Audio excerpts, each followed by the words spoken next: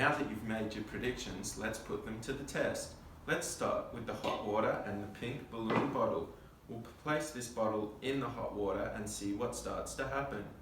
As you can see, the pink balloon is inflating.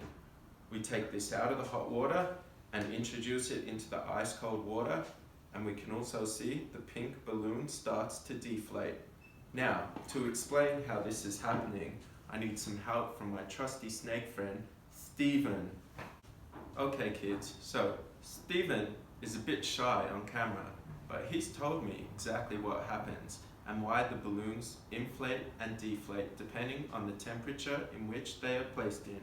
So, the molecules inside the gas, which is the air in this bottle, when placed in warmer temperatures, begin to move more rapidly.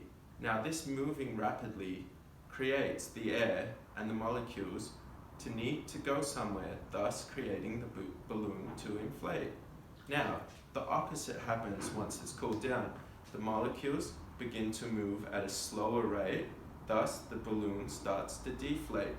Now, when these molecules move more rapidly, they need somewhere to go, and this is why the balloon inflates. As they move more slow, the balloon deflates.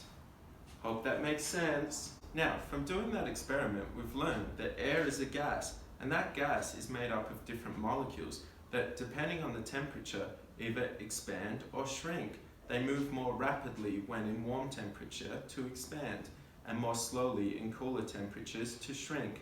Now, we can do different variations of this test at home if we want, using multiple bottles at the same time and putting a stopwatch to see which one will inflate or deflate first. We can also use different size bottles and different shaped balloons, different size buckets, and we can also use different temperatures, much cooler water and much warmer water. Now kids, I want you to think about this experiment. Think of air as a gas and where it may be used in everyday life. That reminds me kids, I'm off to the jungle and I've got to get my hot air balloon out of here.